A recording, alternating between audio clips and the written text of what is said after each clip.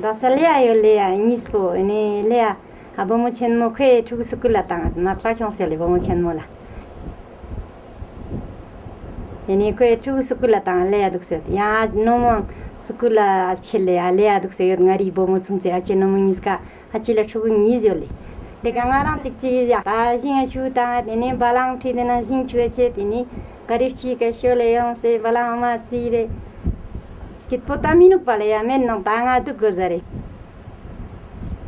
kong sang ma yang silkan song kong sung kula thubu tang cha song yang man do panole skit potara pale ya kong sukula yalba tanga zire diga bor banole kong sukula rule ya sukul yalba chale tanga zire khirale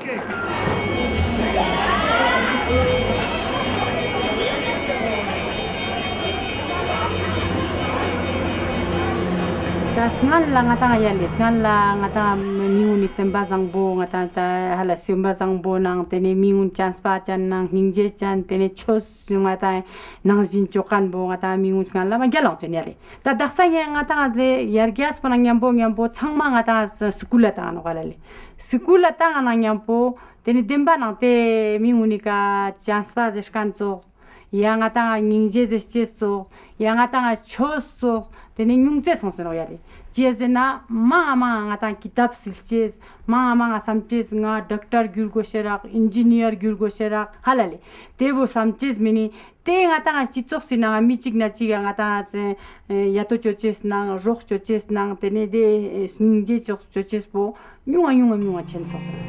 Through our kind of cultural myopia, we sort of think that, you know, we educate our kids, we send our kids to school, we have a form of enculturating kids into our society, which is education.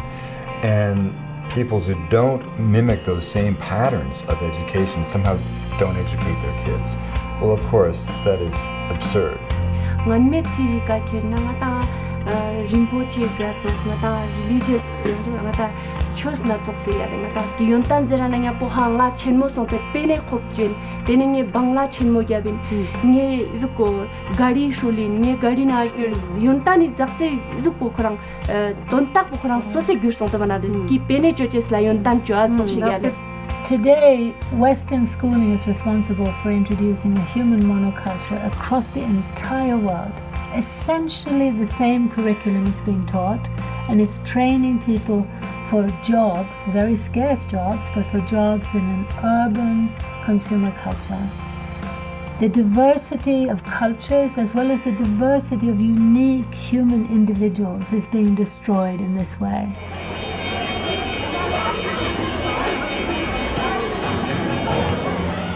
This particular school that was established, called the Moravian Mission School, was secular in the sense that, of course, some Christian teaching was given as a part of an evangelistic outreach by the Moravians.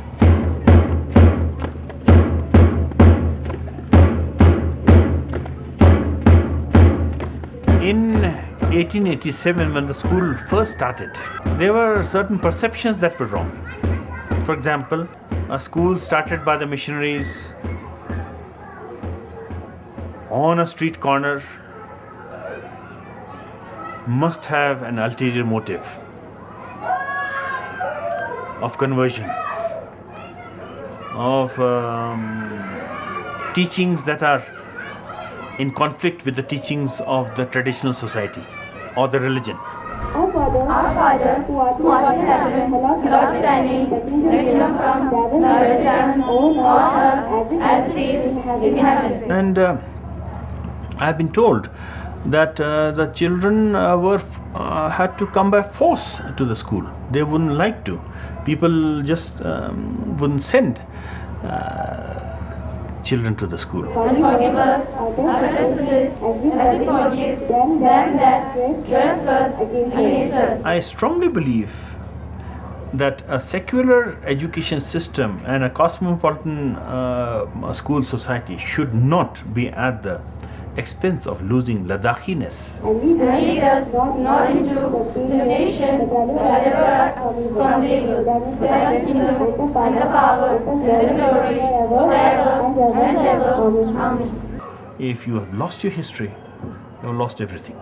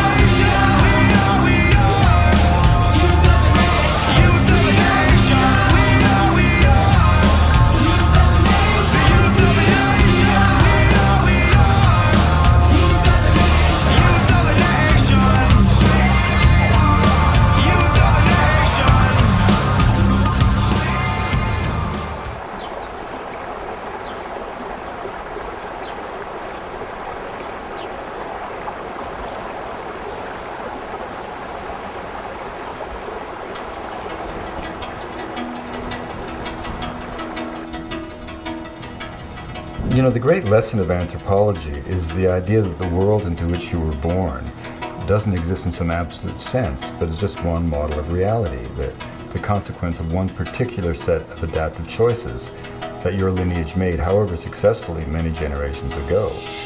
And the other peoples of the world aren't failed attempts at being you, or in our case, failed attempts at modernity. They are by definition unique facets of the human imagination. And when asked the meaning of being human, they respond with 6,000 different voices. And those voices collectively become the human repertoire for dealing with the challenges that will confront us in the ensuing millennia. You know, we always have this idea of our society as not being really a culture, but being the real world, and these other cultures are outside there. Those are the cultures.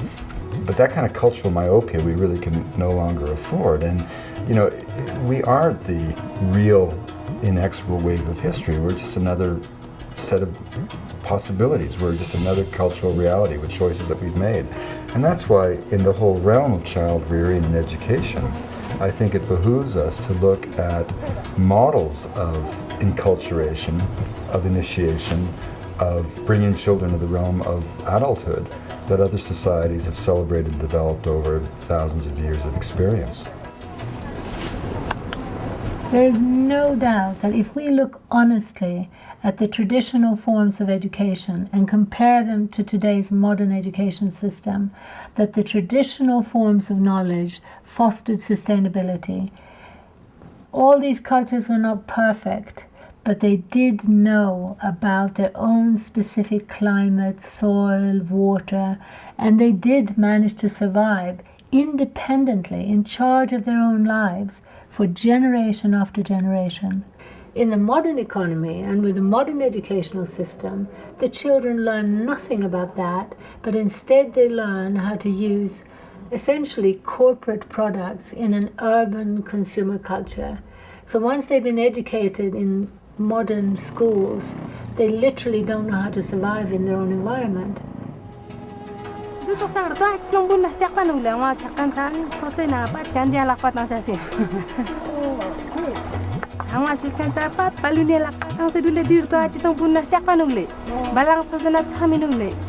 Education is not simply the transmission of information.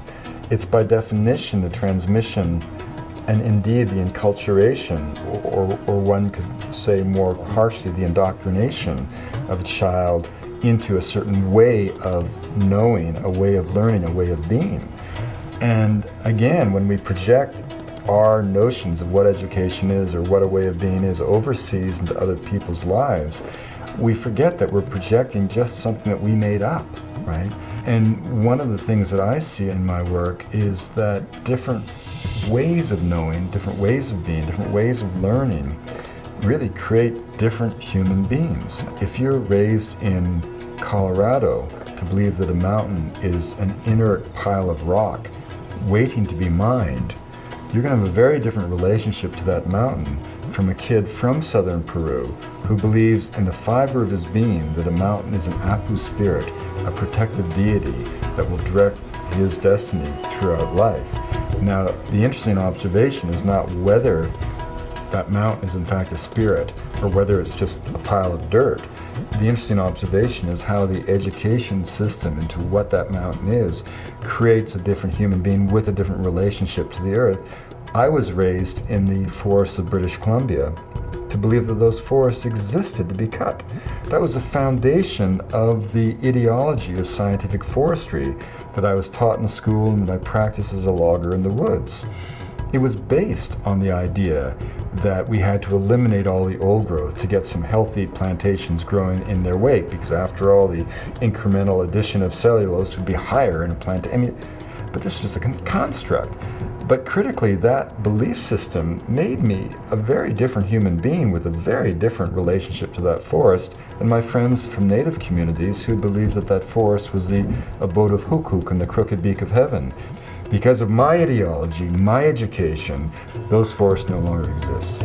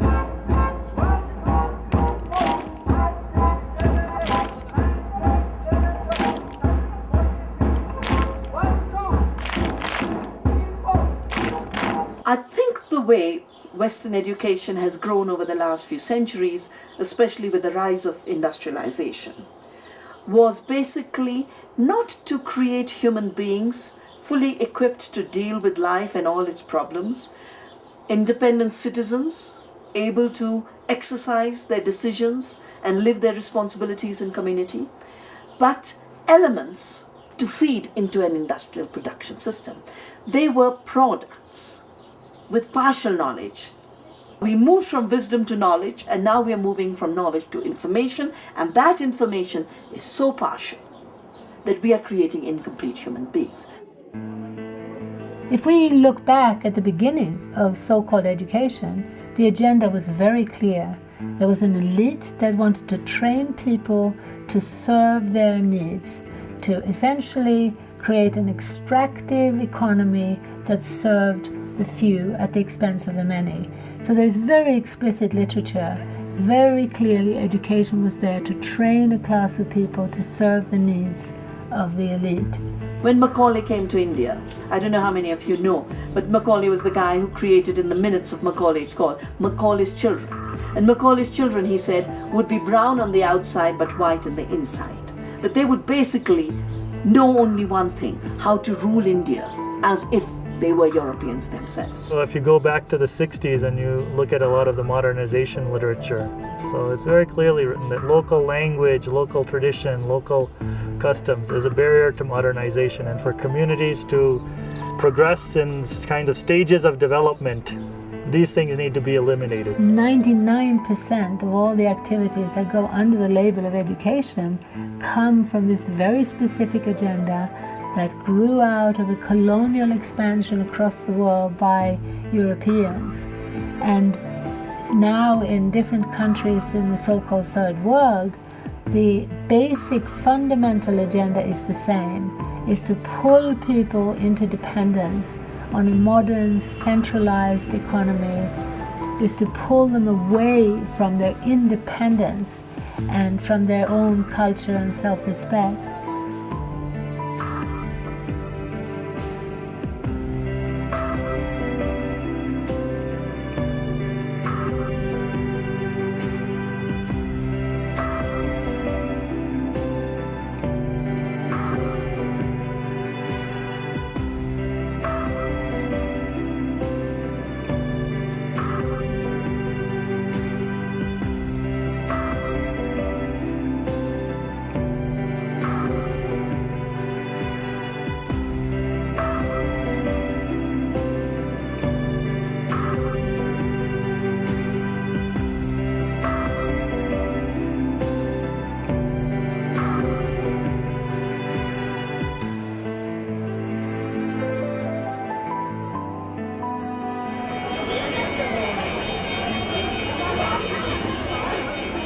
There's actually a very big global program that is going on right now called Education for All. And it is, every person I've met who is associated with has basically no questions around its agenda or attention, which is very disturbing. It's a program which is sanctioned by every government in the world. It's a program which the World Bank and the UN agencies support. It's a program that corporations are also now, major corporations, McDonald's and many others are also behind. And the agenda of the program is to get every child into school. The claim is that, again, by going to school, communities will be able to develop and they'll be able to become part of the mainstream society. Now, I think we need to question what does it mean to become part of the mainstream today. And that, for me, is very, very much tied to a very clear agenda of becoming part of the global economy and shifting one's own local economy, one's own local culture, one's own local resources, both personal as well as collective, into the service of the global economy. So you will find prime ministers and presidents of countries regularly saying, we have got to change our education system to make us more competitive in the global economy. That means we have got to train our young people so that they will suit the needs of giant mobile corporations. Well, the Education for All initiative is an attempt to redress what was seen as a serious imbalance in funding for primary education. The intent really is to get every child into school.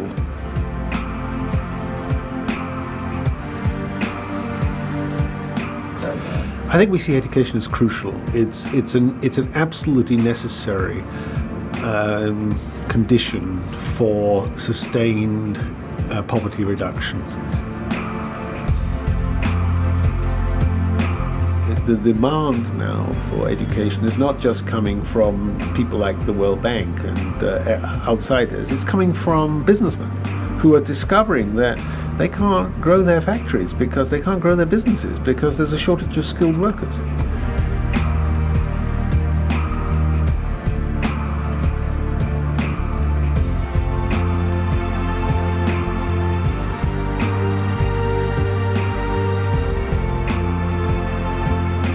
So we need to be very careful about not being paternalistic to so-called ancient cultures.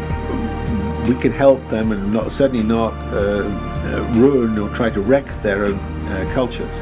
But on the other hand, I think we should be careful about trying to preserve their culture in kind of cold storage. If they don't want that, we should be there to help them.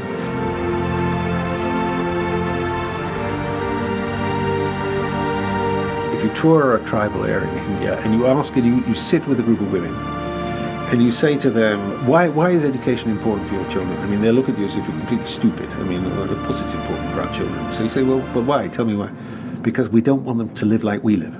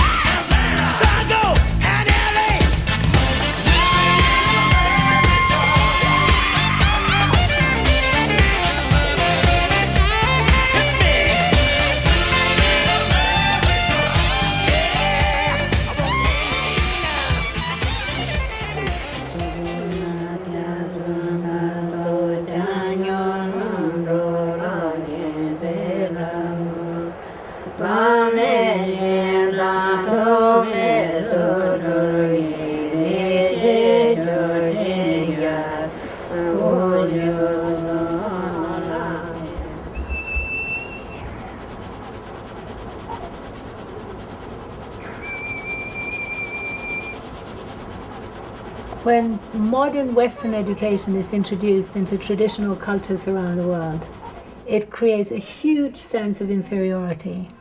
The school books talk about a Western urban consumer culture as progress, as the only way to be.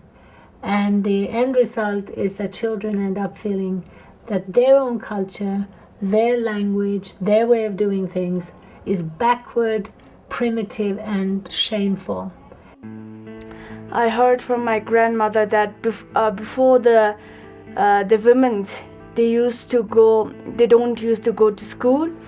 They just stayed in the house, and they went to they went with the cows in the mountains, and they come back in the evening and they make food and other things. One of the things I've seen that education has really created is a sense of inferiority at many levels.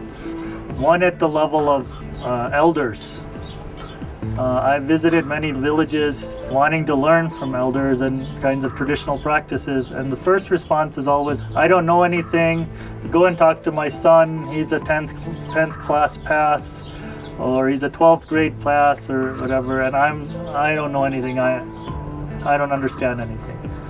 And so that is always probably in my life, that has been one of the most painful things I've heard over and over in villages. Amang ngan ma ladak singatai mingun ngan ma mane rang na rang ngata last churches po mane thappo nang tene kamo nang tene mane skitpo mane ngata ngan me last ko las siwa chuchen ter tine I yarkyas jaskan bo yona yampo tene amale nguni te bo samdu ti yontan jaskan bo dijes nang silches bo yontan ino ngaja mane yontan met ngaja chang sesame zlu tene bomo molla izam supa yontan sesano kangun ngata daksa silkan ngulla ngata izam si yontan sesano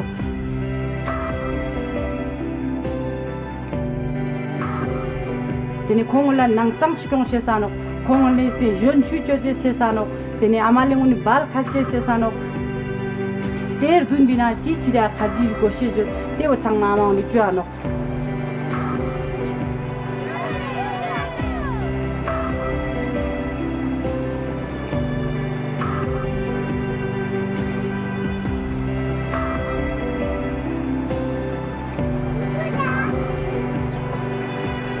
Jamuele, chico diliele, vamos chupa tonini, samola.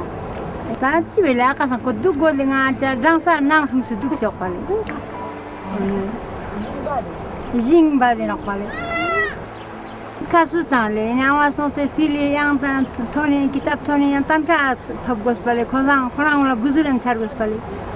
Onale.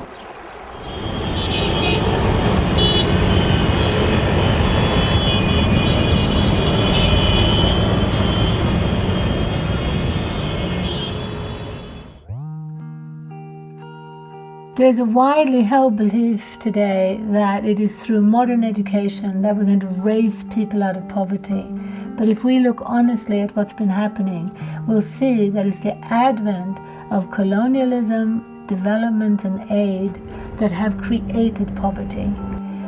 In the pre-modern or pre-development systems and economies, you will not find the kind of poverty that you do in the modern slums of Calcutta and Mexico City, Beijing. Today, in most traditional villages, whether it be in China, India, or Africa, people are led to believe that the future is this modern urban consumer culture. And they are going into debt. They are selling their houses to give their child an education. The great hope is that they're going to get a good job as an engineer, as a doctor in the modern economy. Less than 10% are succeeding. 90% end up failures. They might get a job as a servant or as a car mechanic, but it is not the glorious life that people had hoped for. Most of the students of Ladakh, they don't do very well. Amongst 10, 2 will be good, more than good. But about the 8, they won't be better. Tene government last ni top matopa sangni tene thugu sangwa pat mane sembas pomet kanle tene thugu sangwa mane pat the shonjan of bisele. One of the things is most disturbing to me at a level of actually justice and morality is that you have an institution that is in place globally that is branding millions and millions and millions of innocent people as failures. Very brilliant, wonderful, talented kinds of people are always introducing themselves in India to me. Oh, I'm a 8th class fail or I'm a 10th class fail. That's their introduction. What's amazing is that people who are claiming to be concerned with social justice cannot see the huge kind of social hierarchy and inequity that is created through education, modern education. It's mind-boggling for me how people don't see that. The other thing is a loss in terms of the kind of richness of imagination and cultural resources that people could bring, because I think those who are branded as failures actually have a wide variety of capacity to think in different ways, and that is all being suppressed and lost. And so people who can only think in a very fragmented, one-dimensional kind of way, those people are getting rewarded.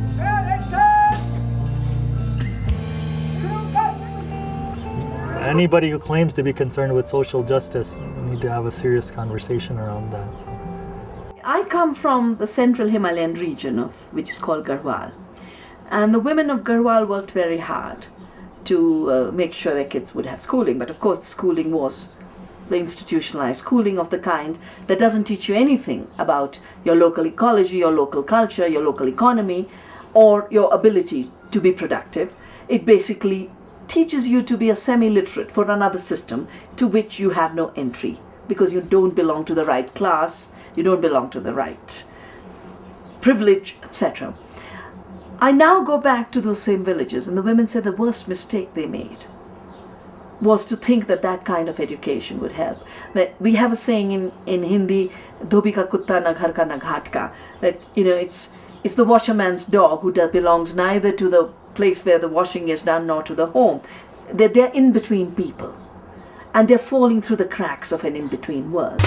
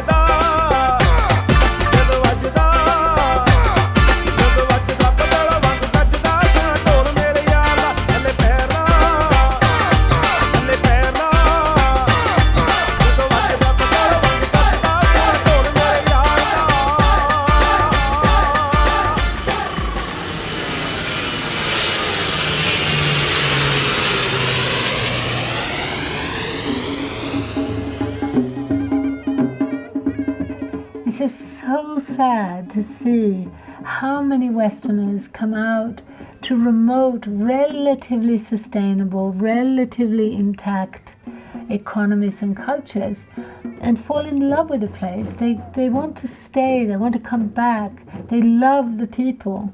They find the people incredibly happy, incredibly kind, incredibly helpful.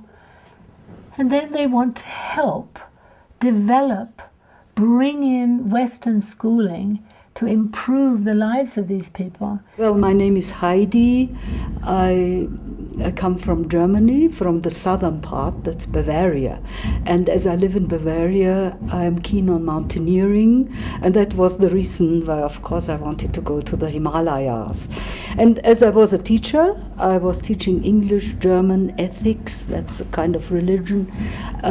I was interested in schools, and so I happened to meet Lambden School here. 1, 2, 3, up.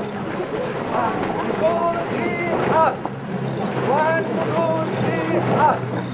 1, 2, 3, up. And of course, I got so much from the people here, from their religious belief, from their mentality, the way of compassion, tolerance, that I thought, well, I must do something for this school.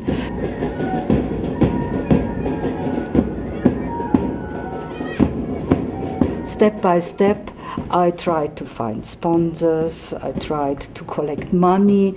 For instance, I'm proud, over there is a hostel, a girls' hostel for 100 pupils, and this is mainly built by the money I could collect.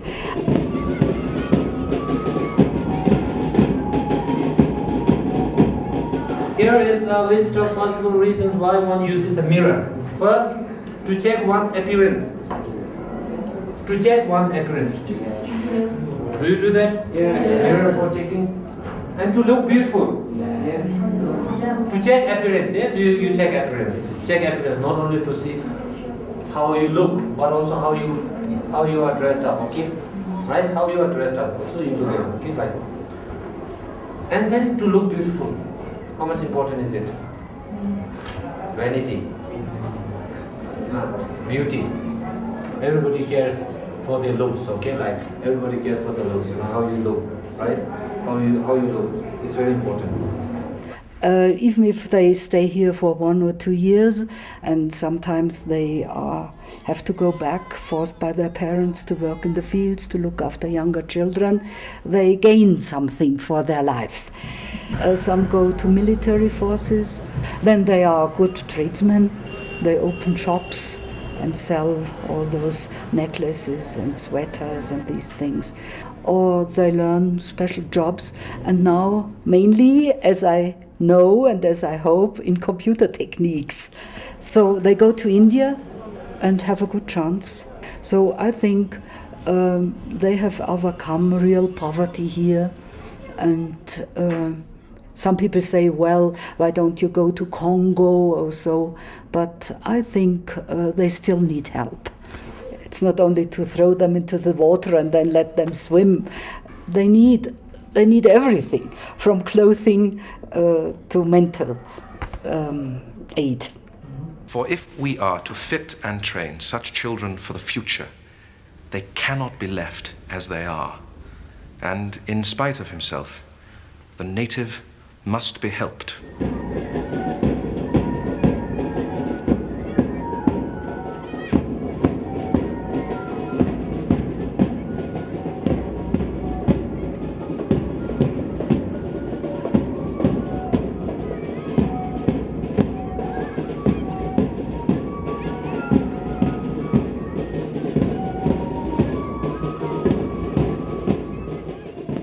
When I look at the number of really well-intentioned people who are trying to help other people with this package of schooling and aid, I really don't think that there's any bad intention behind that.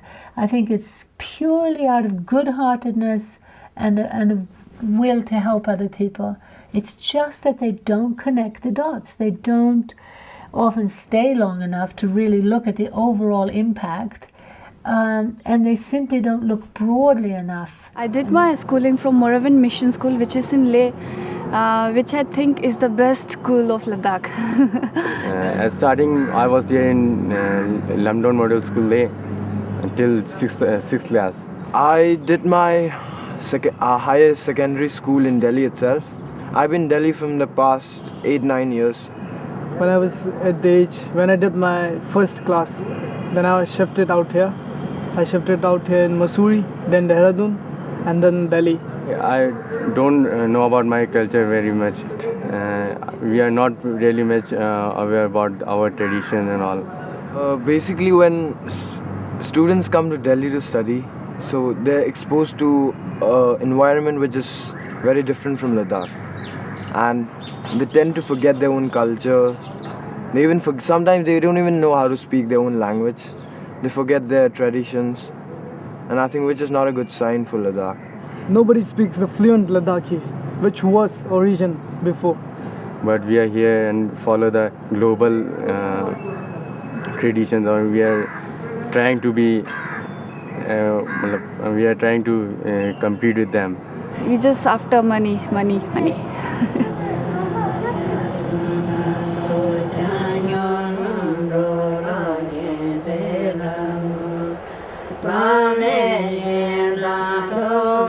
You know, the year that you were born, there were 6,000 languages spoken on Earth. Now, a language isn't just grammar or vocabulary.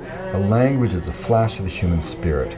It's a vehicle through which the soul of every culture comes in the world. Every language, I've always said, is like a old-growth forest of the mind, an ecosystem of thought, a watershed of social and spiritual possibilities. As we sit here, half those languages are not being taught to children.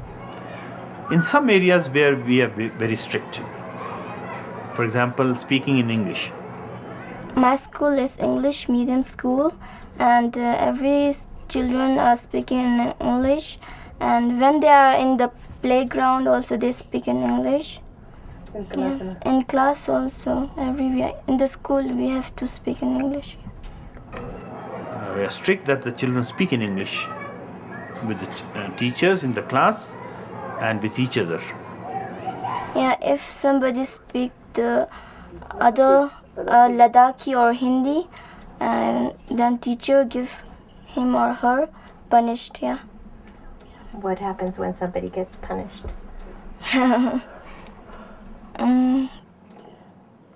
Yeah, it's get the money. Yeah, it's fine money, 5 rupees. But that discipline inculcates a habit of English. And English is one language that commands the world today. Be it the cyber world, internet, anything, business, you have got to learn English in India. When we go to other countries, it's we have to speak in English. We don't have English speaking. We can't go to other country and speaking. Yeah. It's English speaking is very good. And when I graduate, I will go to other countries. Where do you think you'll go to study? In Delhi. Will your mom miss you when you move to Delhi? Yeah, I will miss her. Miss my mom. I miss my hometown, really, and my parents, because I've been here, not here properly, but out of my town, about 10 or 12 years, and about a place called Ladakh. You've seen, it's a heaven, really it is heaven, okay? I miss Ladakh too much, because home is home, right?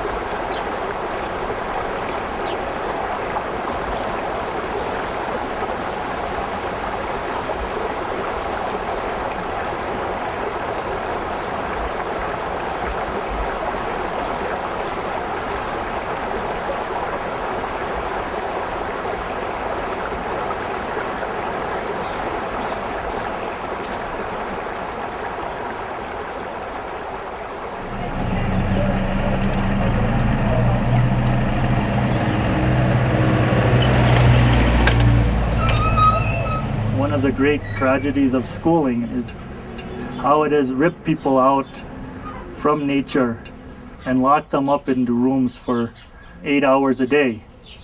And I think the profound kind of damage that it's doing to us, only we'll recognize generations from now, and then we'll look back and say, how could we have done this kind of thing to people? And thinking that, creating concrete jails and locking people up into that and giving them books that tell them about nature is a better way to think about life than actually spending time in nature. Why it is given this name? Can you tell me? Do you have any idea why we call this name? The spelling is xerophatic. It's xerophatic. Why do we call this name? Xerophatic vegetation. The type of vegetation that we have here in Ladakh is xerophatic. Now, can you cite me the reasons why we call this type of vegetation as xerophatic vegetation? Anyone in the class? Anyone? Anyone? Do we have heavy rainfall here? No, we have scanty rainfall here. So for that reason, we as we have discussed that we don't have good type of vegetation here. We can't expect to have, forest, good forest. We can't expect to have great vegetation here. And we here I just wanted to add that with the distinct type of plants, animals and the environment, human is also included in the ecosystem. Understand? Now how is human included? Why do we say that human is an integral part in the ecosystem? How do you think that humans are involved in the ecosystem? Anyone in the class? Anyone? Anyone?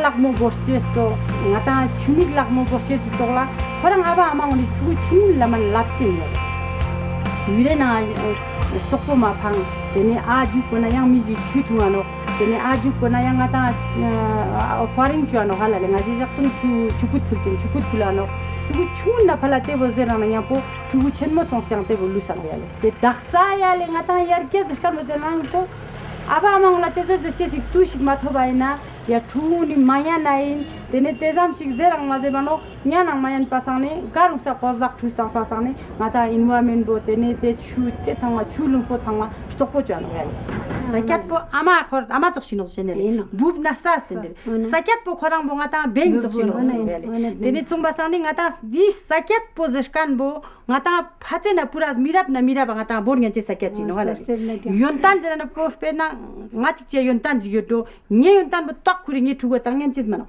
Daksa ladak slachiut ngati ri thugu gunile ngata thugu mangpe mondu yal ngata zerang ngata molang thosden legi ladak slachiut thonsket pochiut ladak za duk steskit po pochiut chigal pa pene mang po duk zerang chigal pa ngata las chogos meda samkanji khonstan bela talo yale tene te fi ngata amale ulate yose ngatang kaltes I jingbat ne ra ngata nang yodono ra ngata khampa yodono ra ngata kharji yodono no yar gyas son se karu leptu And the amazing thing, if you think about it, is that biologists have finally proven it to be true what philosophers have always dreamt to be true, which is the fact that we're all brothers and sisters. We are all, by definition, cut from the same genetic cloth. That means that all human populations, all cultures, in general, share the same raw mental capacity, intellectual capacity, mental acuity, whatever. And what that means is that whether a people place their genius into technological innovation, as has been the tradition in the West, or by contrast, in the case of the Tibetan Buddhists, into spending 2,500 years trying to understand the nature of existence in what we call always a science of the mind. And why do we use the word science? Because what is science but the pursuit of the truth? And what is Buddhism but the empirical pursuit of the truth? As Mathieu Ricard, a Tibetan monk, former molecular biologist at the Pasteur Institute in Paris, always says that Western science is a major response to minor needs. We spend all of our lives trying to make sure that we live to be 100 without losing our teeth or our hair. And in Tibet, people spend their lives trying to understand the nature of existence. He says all of our billboards advertise naked young children in underwear. Their billboards, which are mani walls, are engravings in stone of prayers for the well-being of all sentient beings.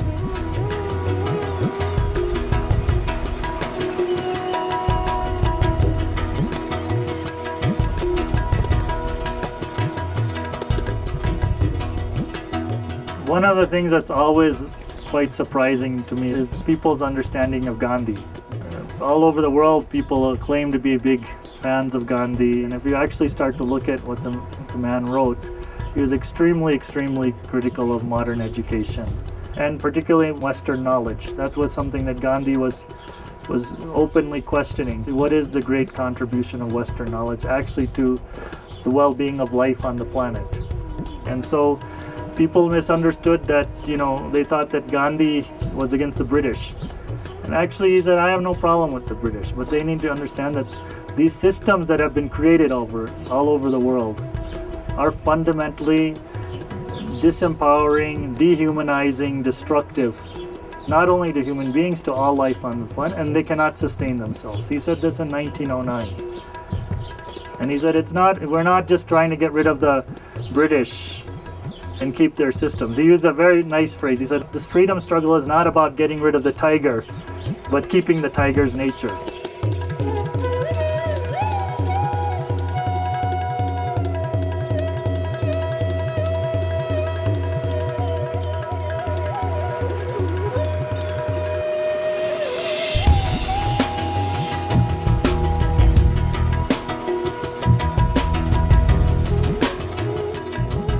And we don't think of ourselves as a culture. Therefore, when we export something like our economic model, we don't see it as what it is, which is just one option, one way of organizing economic behavior. And yet when you think about it, all the indices of the development paradigm say almost nothing about quality of life. People talk about per capita income quadrupling. Well, what does that mean? It might mean that some farmer has gone from a non-cash agrarian economy into a sweatshop in a slum in Delhi.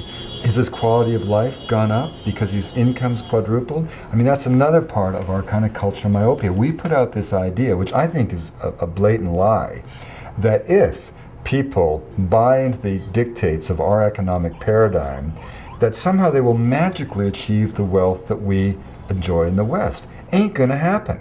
Just on energy resources alone, it would take 4 planet Earths to bring the whole global population to our level of consumption. So, we project this world view overseas with this illusion that if people buy into it, they'll achieve what we have. And then you have to back up and say, well, what is it that we have that makes us so spectacular? Many wondrous things. I mean, believe me, if I get in a car accident, and my arm's cut off, I don't want to be taken to an African herbalist. I want to be taken to an emergency room. I'm not knocking our culture. But on the other hand, you look at the way we make money, the way we earn our daily bread, is based on an economic paradigm that by any scientific definition is changing the biochemistry of the biosphere. This is not trivial, and it certainly doesn't suggest that our way of life is a paragon of humanity's potential.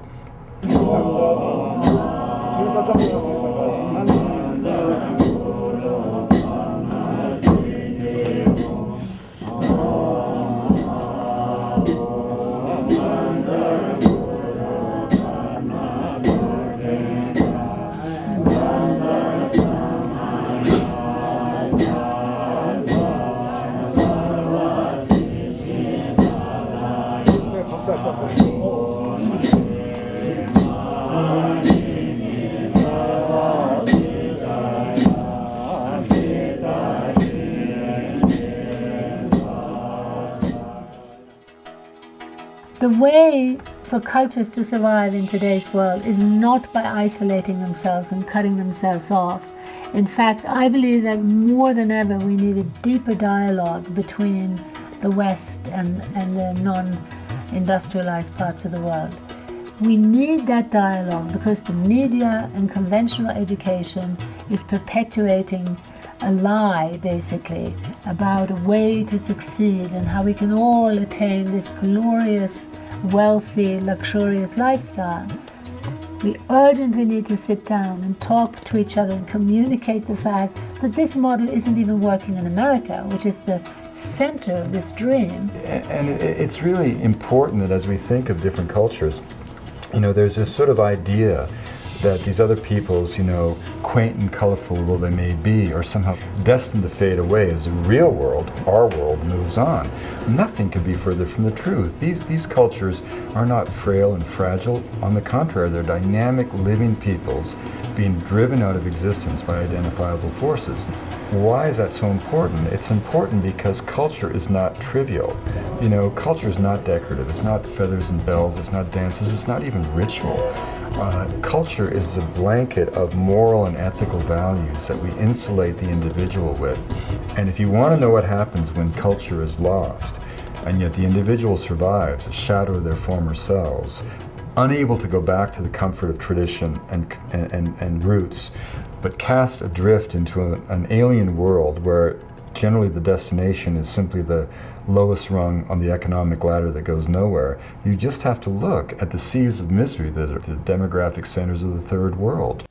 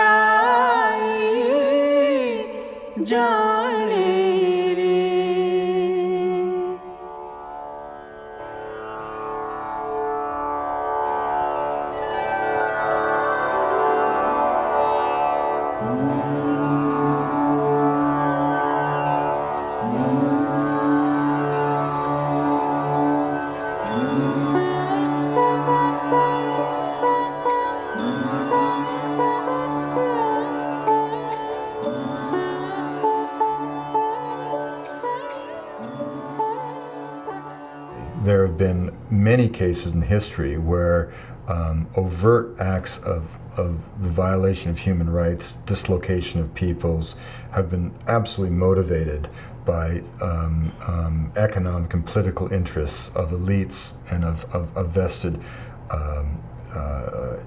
power structures. No question about it. I think in a strange sense, the greater threats have come about through the good intentions of those who don't understand that those good intentions may not be appropriate and may reflect just, a projection of our own ideologies. If someone goes to another culture and says, I'm here to educate your children, I mean, that's one of the most outrageous and audacious things you can ever imagine. If you go to that culture and say, hey, we've got some skills that you probably could use. To me, that's the sharing of information that should be both reciprocal and honored. But it's very different for me to go and say, your ways are no longer acceptable. Get with the program, educate your kids in this school, get rid of your superstitious ideas, and accept some of mine. There is an assumption that Western education, Western knowledge is universally applicable, is something that is superior. There's a sense that we have evolved to a higher level of being, and that these people, however lovely they are, they're going to benefit from this superior knowledge.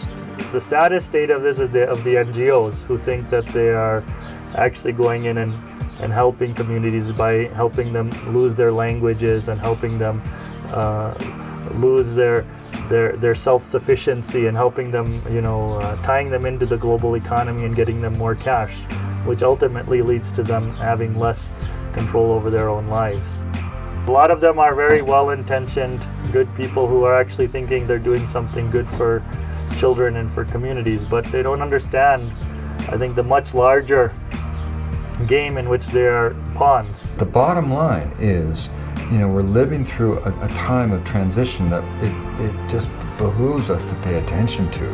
It's like what Margaret Mead said before she died. Her greatest fear was that as we drifted blindly toward this blandly amorphous generic world, whatever it's going to be, we would wake one day as from a dream, having forgotten that there were even other possibilities of life itself. These peoples, these visions aren't failed attempts at being us. They're unique unique answers to the fundamental question, what does it mean to be human and alive? And many of those peoples, when they answer that question, they answer it in ways that have allowed them to live sustainably on the planet for, by definition, generations. The species has been around for a long time. Who knows when you want to say it began as a social form, 150,000 years ago? The Neolithic Revolution that gave us agriculture, that's only 10,000 years ago. Modern industrial society, as we know it, is scarcely 300 years old. That shouldn't suggest that we have all of the answers for all of the challenges that are going to confront us as a species in the ensuing millennia.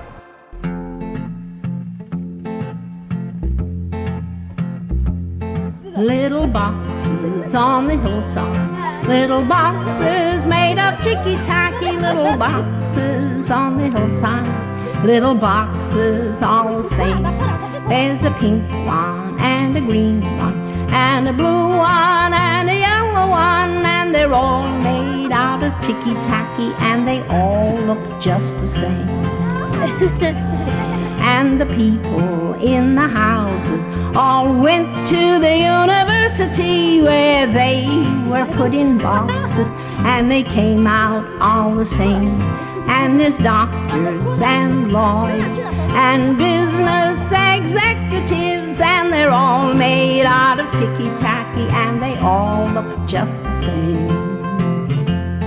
And they all play on the golf course and drink their martinis dry, and they all have pretty children, and the children go to school, and the children go to summer camp, and then to the university where they are put in boxes and they come out all the same. And the boys go into business and marry and raise a family in boxes made of ticky-tacky, and they all look just the same. There's a pink one and a green one and a blue one and a yellow one, and they're all made out of ticky-tacky and they all look just the same.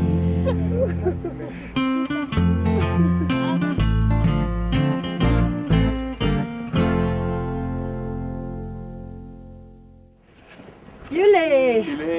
Yeah, Julie. Julie. Julie.